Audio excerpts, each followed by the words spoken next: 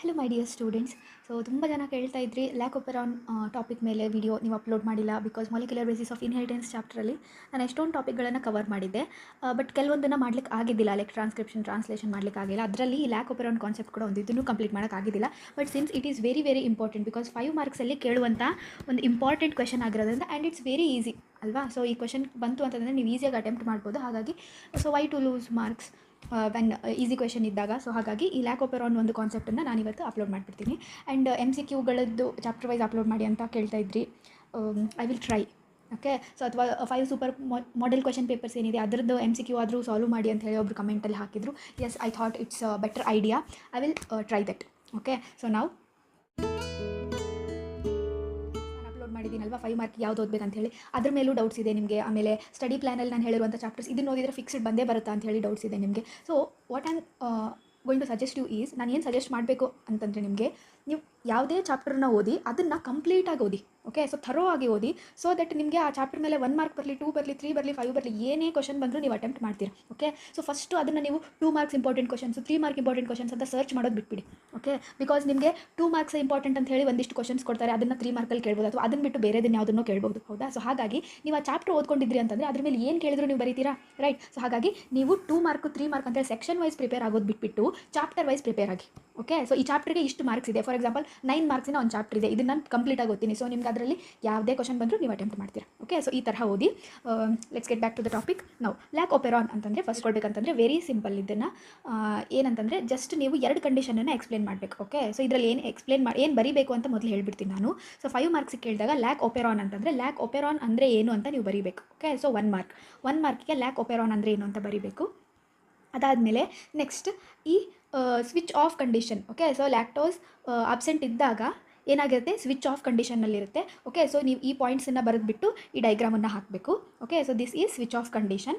ಆಮೇಲೆ ಇವೆಲ್ಲ ಏನಿದಾವಲ್ಲ, ಪಿ ಅಂದ್ರೇನು, ಐ ಅಂದ್ರೇನು, ZY A ಅಂತ ಹೇಳಿ ಅಂದ್ರೇನು ಅಂತ ಹೇಳಿ ಇಲ್ಲಿ ಕಾಂಪೊನೆಂಟ್ಸ್. ಓಕೆ. ಸೊ ಇದನ್ನೊಂದು ಸರ್ತಿ ಬರೀಬೇಕು ನೀವು ಅಷ್ಟೇ. ಓಕೆ. ಸೊ ಇದು 3 switch on condition. Okay. So this is switch on condition. ಆಯಿತಾ. So when lactose is present switch on ಕಂಡೀಷನ್ನಲ್ಲಿ ನೀವು ಇಷ್ಟು ಪಾಯಿಂಟ್ಸನ್ನು ಬರೆದ್ರೆ ಸಾಕು with this diagram. Okay. So ಏನು ಬರೀಬೇಕು ಅಂತ ಗೊತ್ತಾಯ್ತಲ್ವಾ. So let's get started. ಇದನ್ನ ಇವಾಗ ಅರ್ಥ ಮಾಡ್ಕೊಳ್ಳೋಣ.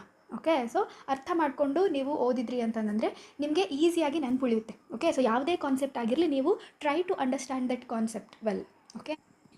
ನಾವು ಓಪೆರಾನ್ ಅಂತಂದರೆ ಇವಾಗ it's a prokaryotic gene expression unit. Okay. So ಇದು ಒಂದು ಪ್ರೊಕ್ಯಾರಿಯೋಟಿಕ್ ಜೀನ್ನ ಎಕ್ಸ್ಪ್ರೆಷನ್ ಯೂನಿಟ್ ಇದು. ಓಕೆ. ಸೊ ಇದರಲ್ಲಿ ಏನಾಗುತ್ತೆ ಅಂತಂದರೆ, so it's a gene unit. ಇದರಲ್ಲಿ ಏನಿರುತ್ತೆ, cluster of functionally related genes ಇರುತ್ತೆ. ಅಂತಂದರೆ ದೇರ್ ಆರ್ ಮೆನಿ ಜೀನ್ಸ್, ಎಷ್ಟೊಂದು ಜೀನ್ಸ್ಗಳಿರುತ್ತೆ ಇದರಲ್ಲಿ. ಓಕೆ. ಸೊ 1 2 3 4 ಈ ಥರ ಸಾಕಷ್ಟು ಜೀನ್ಸ್ಗಳಿರುತ್ತೆ. ಈ ಜೀನ್ಸ್ಗಳೇನಾಗಿರುತ್ತೆ, they are under the control of single promoter. ಇವುಗಳನ್ನೆಲ್ಲ ಕಂಟ್ರೋಲ್ ಮಾಡುವಂಥ ಒಂದು ಪ್ರಮೋಟರ್ ಜೀನ್ ಇರುತ್ತೆ. ಓಕೆ. ಸೊ ಈ ಯೂನಿಟನ್ನು ನಾವೇನಂತ ಕರಿತೀವಿ, ಓಪೆರಾನ್ ಅಂತ ಕರಿತೀವಿ. ಓಕೆ. ಸೊ ಪ್ರೊಕ್ಯಾರಿಯೋಟ್ಸಲ್ಲಿ ಏನಾಗುತ್ತೆ, ಟ್ರಾನ್ಸ್ಕ್ರಿಪ್ಷನ್ ಯೂನಿಟು ಪಾಲಿಸಿಸ್ಟ್ರಾನಿಕ್ ಇರುತ್ತೆ. ಅಂತಂದರೆ ಮೆನಿ ಜೀನ್ಸ್ಗಳನ್ನು ಒಂದೇ ಪ್ರಮೋಟರ್ ಕಂಟ್ರೋಲ್ ಮಾಡ್ತಾ ಇರುತ್ತೆ. Okay. So that is polycistronic. 1 ಮಾರ್ಕ್ನ ಕ್ವೆಶನ್ ನೆನ್ಪಿಟ್ಕೊಳ್ಳಿ. ನೆಕ್ಸ್ಟ್ ಲ್ಯಾಕೋಪೆರಾನ್ ಅಂದರೆ ಏನು. ಸೊ ಇವಾಗ ನಿಮಗೆ 5 ಮಾರ್ಕ್ಸ್ ಕೇಳಿದಾಗ ನೀವು ಇದನ್ನು ಬರೀಬೇಕಾಗುತ್ತೆ. ಲ್ಯಾಕೋಪೆರಾನನ್ನು ಮೊದಲು ಡಿಸ್ಕ್ರೈಬ್ ಮಾಡಿದ್ದು 1961ನಲ್ಲಿ ಜಾಕೋಬ್ ಆ್ಯಂಡ್ ಮೊನಾರ್ಡ್. 1 ಮಾರ್ಕ್ ಕ್ವೆಶನ್ ನೆನ್ಪಿಟ್ಕೊಳ್ಳಿ. ಲ್ಯಾಕೋಪೆರಾನ್ ಅಂತಂದರೆ ಇಟ್ ಈಸ್ ಆ್ಯನ್ ಓಪೆರಾನ್. ನೀವು ಬರೀಬೇಕಾಗಿರೋದು ನೋಡಿ, ಆನ್ಸರ್ ಬರೀಬೇಕಾಗಿರೋದು ಇದು. It is an operon with single promoter. Okay. So ಇದರಲ್ಲಿ ಏನಿರುತ್ತೆ, ಒಂದು ಸಿಂಗಲ್ ಪ್ರಮೋಟರ್ ಇರುತ್ತೆ with that encodes genes for transport and metabolism of lactose in bacteria. Okay. So ಇಲ್ಲಿ ಇದೆ ನೋಡಿ ಎಕ್ಸಾಂಪಲು. ಸೊ ಇದರಲ್ಲಿ ಒಂದು ಪ್ರಮೋಟರ್ ಜೀನ್ ಇರುತ್ತೆ. Okay. So this is promoter gene. ಇದೇನು ಮಾಡ್ತಾ ಇದೆ, ಪ್ರಮೋಟರ್ ಇಲ್ಲಿ ಇರುವಂತಹ ಜೀನ್ಸ್ಗಳು. ಓಕೆ. ಸೊ ಸ್ಟ್ರಕ್ಚರಲ್ ಜೀನ್ಸ್ ಇದು ZY A ಸ್ಟ್ರಕ್ಚರಲ್ ಜೀನ್ಸನ್ನು ಏನು ಮಾಡುತ್ತೆ, ಇಟ್ ಕಂಟ್ರೋಲ್ಸ್. ಓಕೆ. ಅದು ಕಂಟ್ರೋಲ್ ಮಾಡುತ್ತೆ. ಸೊ ಯಾವುದಕ್ಕೋಸ್ಕರ ಜೀನ್ಸ್ ಇರೋದದು, to transport and metabolism of lactose in bacteria. So bacteria ಒಳಗಡೆ ಲ್ಯಾಕ್ಟೋಸನ್ನು ಅದರ ಸೆಲ್ ಒಳಗಡೆ ತೊಗೊಂಡ್ಬಿಟ್ಟು ಅದನ್ನು ಬ್ರೇಕ್ ಡೌನ್ ಮಾಡೋದಕ್ಕೆ, ಮೆಟಬಾಲಿಸಮ್ ಅಂದರೆ ಅದನ್ನು ಬ್ರೇಕ್ ಡೌನ್ ಮಾಡಿ ಅದರಿಂದ ಅದಕ್ಕೆ ಎನರ್ಜಿ ಬರುತ್ತೆ. ಓಕೆ. ಅದ್ರ ಫುಡ್, ಅದು lactose is food for bacteria. Okay. So ಅದಕ್ಕೋಸ್ಕರ ಇರುವಂಥ ಜೀನ್ಸಿಗೆ ಎನ್ಕೋಡ್ ಮಾಡುವಂಥ ಓಪೆರಾನನ್ನು ನಾವೇನಂತ ಕರಿತೀವಿ, ಲ್ಯಾಕೋಪೆರಾನ್. ಲ್ಯಾಕ್ ಅಂದರೆ ಲ್ಯಾಕ್ಟೋಸ್. ಓಕೆ. ಲ್ಯಾಕ್ ಮೀನ್ಸ್ ಲ್ಯಾಕ್ಟೋಸನ್ನು ಮ್ಯಾನೇಜ್ ಮಾಡೋದಕ್ಕೆ ಬೇಕಾಗಿರುವಂತಹ ಓಪೆರಾನೇ ಲ್ಯಾಕೋಪೆರಾನ್. ಓಕೆ. ಸೊ ಏನೇನೆಲ್ಲ ಕಾಂಪೊನೆಂಟ್ಸ್ ಇರುತ್ತೆ ಇದರಲ್ಲಿ ಅಂತಂದರೆ ನೋಡಿ, ಇದರಲ್ಲಿ it has structural genes, promoter and operator. Okay. So structural genes ಯಾವ್ದು ಅಂತಂದರೆ ZY A. Okay. So ZY A structural genes. ಆಮೇಲೆ promoter is the place where RNA polymerase binds. Okay. So promoter ರೀಜನ್ಗೆ ಏನಾಗುತ್ತೆ ಅಂತಂದರೆ ಹಿಯರ್, ಸೊ ಪ್ರಮೋಟರ್ ರೀಜನ್ಗೆ ಏನಾಗುತ್ತೆ, RNA polymerase ಬಂದುಬಿಟ್ಟು bind ಆಗುತ್ತೆ. ಓಕೆ. ಸೊ RNA ಪಾಲಿಮರೇಸ್ ಬಂದು ಬೈಂಡ್ ಆಗುತ್ತೆ. ಓಕೆ.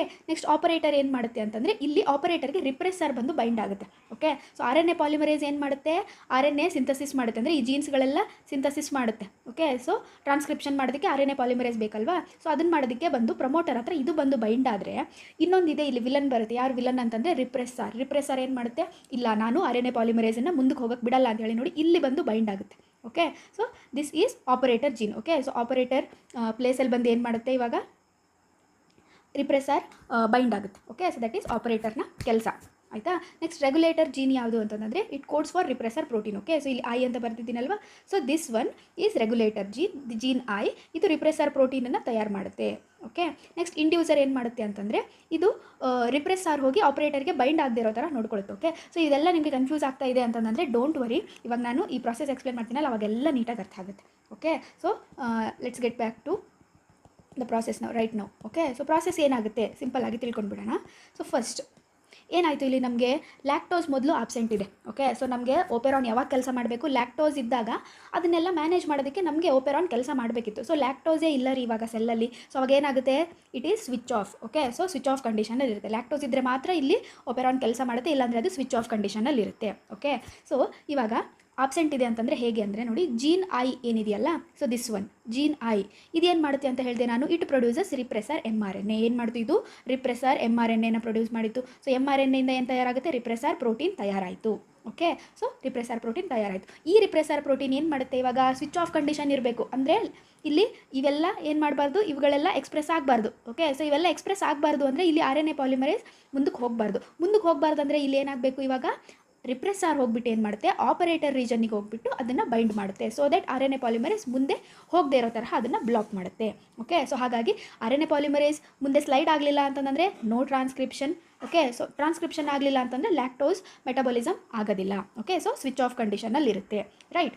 ನೆಕ್ಸ್ಟ್ ಇವಾಗ ಲ್ಯಾಕ್ಟೋಸ್ ಪ್ರೆಸೆಂಟ್ ಇದ್ದಾಗ, ಓಕೆ, ನಿಮಗೆ ಮಾರ್ಕ್ಸ್ ಹೇಗಿರುತ್ತೆ ಅಂದರೆ ಲ್ಯಾಕ್ ಓಪೆರಾನಿಗೆ 1 ಮಾರ್ಕ್ ಇರುತ್ತೆ, ಸ್ವಿಚ್ ಆಫ್ ಕಂಡೀಷನ್ಗೆ 2 ಮಾರ್ಕ್ಸು, ಸ್ವಿಚ್ ಆನ್ ಕಂಡೀಷನ್ ಬರೆದ್ರೆ 2 marks, total 5 marks. Okay. So switch on condition ಬೇಕು ನಮ್ಗೆ. ಇವಾಗ ಏನಾಯಿತು, ಲ್ಯಾಕ್ಟೋಸ್ ಬಂದುಬಿಡ್ತು ಇವಾಗ ಸೆಲ್ಲಿಗೆ. ಓಕೆ. ಲ್ಯಾಕ್ಟೋಸ್ ಬಂದ ತಕ್ಷಣ ಏನಾಗುತ್ತೆ ಅಂತಂದರೆ it switches on. Okay. Switch on ಆಯಿತು. ಹೇಗೆ ಅಂತಂದರೆ ನೋಡಿ, lactose is the inducer. Lactose ಇಲ್ಲಿ ಇಂಡ್ಯೂಸರ್ ಆಗಿ ಆ್ಯಕ್ಟ್ ಮಾಡುತ್ತೆ ಅಂತಂದರೆ, ಇಂಡ್ಯೂಸರ್ ಅಂದರೆ ನಾವೇನು ಹೇಳ್ಬೋದು, ಒಂಥರ ಮೋಟಿವೇಟ್ ಮಾಡೋದು. ಓಕೆ. ಸೊ ಅದನ್ನು ಮೋಟಿವೇಟ್ ಮಾಡುತ್ತೆ. ಏನಂತ ಮೋಟಿವೇಟ್ ಮಾಡುತ್ತೆ, ಇವಾಗ ಈ ಓಪೆರಾನನ್ನು ಆನ್ ಆಗೋದಕ್ಕೆ ಮೋಟಿವೇಟ್ ಮಾಡುತ್ತೆ. ಹೇಗೆ ಅಂತಂದರೆ ಅದೇನು ಬಾಯಿಂದ ಹೇಳುತ್ತಾ ಇಲ್ಲ, ಲ್ಯಾಕ್ಟೋಸ್ ಹೇಗೆ ಮೋಟಿವೇಟ್ ಮಾಡ್ತಾ ಇದೆ ನೋಡಿ, it binds to repressor protein. Okay. ಇಲ್ಲಿ ಲ್ಯಾಕ್ಟೋಸ್ ಇದೆ ಹೌದಾ. ಸೊ ಈ ಲ್ಯಾಕ್ಟೋಸ್ ಏನು ಮಾಡುತ್ತೆ ನೋಡಿ, ಹೋಗಿ ಇಲ್ಲಿ ರಿಪ್ರೆಸರ್ ಪ್ರೋಟೀನ್ ಐತಲ್ಲ. ಓಕೆ. ಸೊ ಇಲ್ಲಿ ಐತಲ್ಲ ರಿಪ್ರೆಸರ್ ಪ್ರೋಟೀನ್, ಈ ರಿಪ್ರೆಸರ್ ಪ್ರೋಟೀನಿಗೆ ಹೋಗಿ ಏನು ಮಾಡಿಬಿಡುತ್ತೆ, ಅದು ಬೈಂಡ್ ಆಗಿಬಿಡುತ್ತೆ. ಬೇಸಿಕಲಿ ಐ ಆಮ್ ಫ್ರಮ್ ಉತ್ತರ ಕರ್ನಾಟಕ, ಹಾಗಾಗಿ ನಮ್ಮ ಲ್ಯಾಂಗ್ವೇಜ್ ಬಂದುಬಿಡುತ್ತೆ. So what happens is, lactose ಏನಾಗುತ್ತೆ, ಹೋಗಿ ಇದಕ್ಕೆ ಬೈಂಡ್ ಆಯಿತು. ಓಕೆ. ಸೊ ಲ್ಯಾಕ್ಟೋಸ್ ಬೈಂಡ್ ಆದಾಗ ಏನಾಗುತ್ತೆ, ಇವಾಗ ಈ ರಿಪ್ರೆಸರ್ನ ಸ್ಟ್ರಕ್ಚರ್ ಚೇಂಜ್ ಆಗಿಬಿಡ್ತು. ಓಕೆ. ಸೊ ಇದು ಸ್ಟ್ರಕ್ಚರ್ ಚೇಂಜ್ ಆಯಿತು. ಸ್ಟ್ರಕ್ಚರ್ ಚೇಂಜ್ ಆದರೆ ಇವಾಗ ಹೋಗಿ ಇದು ಬೈಂಡ್ ಆಗೋಕ್ಕಾಗುತ್ತಾ, ಆಪರೇಟರ್ಗೆ ಇಲ್ಲ. So repressor cannot bind to operator. ನಾವು R N A polymerase binds to operator. Okay. So ಇವಾಗ ರಿಪ್ರೆಸರ್ ಬೈಂಡ್ ಆಗೋಕ್ಕಾಗಲಿಲ್ಲ ಅಂದರೆ ಏನಾಯ್ತು, ಇವಾಗ ಆರಾಮಾಗಿ ಏನಾಯಿತು, ಬಂದು R N A polymerase bind ಆಗುತ್ತೆ. Okay. So R N A polymerase ಬಂದು ಇಲ್ಲಿ ಬೈಂಡ್ ಆಯಿತು. So R N A polymerase bind ಆಗುತ್ತೆ. ನಾವು structural genes ZYA will be transcribed. Okay. So ಇವಾಗ ಆರ್ ಎನ್ ಎ ಪಾಲಿಮರೇಸ್ ಇದ್ರ ಮುಖಾಂತರ ಹೇಗೆ ಸ್ಲೈಡ್ ಆಗ್ತಾ ಹೋಗುತ್ತೆ ಅಂದರೆ ಅದ್ರ ಮೇಲೆ ಹೋಗ್ತಾ ಆವಾಗ Z ಏನು ಮಾಡುತ್ತೆ, ಬೀಟಾ ಗ್ಯಾಲಕ್ಟೋಸಿಡೇಸನ್ನು ಪ್ರೊಡ್ಯೂಸ್ ಮಾಡುತ್ತೆ. Y ಜೀನ್ ಏನು ಮಾಡುತ್ತೆ, ಪರ್ಮಿಯೇಸನ್ನು ಪ್ರೊಡ್ಯೂಸ್ ಮಾಡುತ್ತೆ.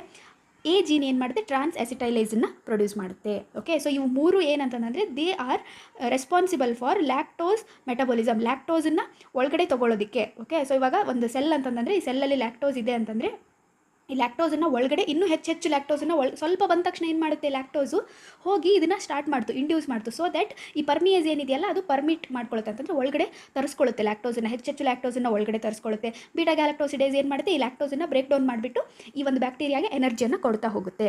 ಓಕೆ.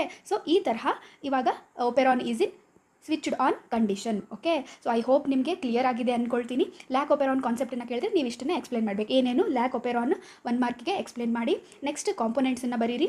ಅದಾದ ನಂತರ ಲ್ಯಾಕ್ಟೋಸ್ ಆಬ್ಸೆಂಟ್ ಇದ್ದಾಗ ಏನಾಗುತ್ತೆ ರಿಪ್ರೆಸರ್ ಹೋಗಿ ಆಪರೇಟರಿಗೆ ಬೈಂಡ್ ಆಗುತ್ತೆ. ಆವಾಗ R N A polymerase bind ಆಗೋಕ್ಕಾಗಲ್ಲ. ಸೊ ಯಾವುದೇ ಸ್ಟ್ರಕ್ಚರಲ್ ಜೀನು ಎಕ್ಸ್ಪ್ರೆಸ್ ಆಗೋದಿಲ್ಲ. ಸ್ವಿಚ್ ಆಫ್ ಕಂಡೀಷನಲ್ಲಿ ಇರುತ್ತೆ ಓಪೆರಾನ್. ನೆಕ್ಸ್ಟ್ ಸ್ವಿಚ್ ಆನ್ ಯಾವಾಗ ಆಗುತ್ತೆ, ಯಾವಾಗ ಲ್ಯಾಕ್ಟೋಸ್ ಪ್ರೆಸೆಂಟ್ ಇದ್ದಾಗ ಸ್ವಿಚ್ ಆನ್ ಆಗುತ್ತೆ.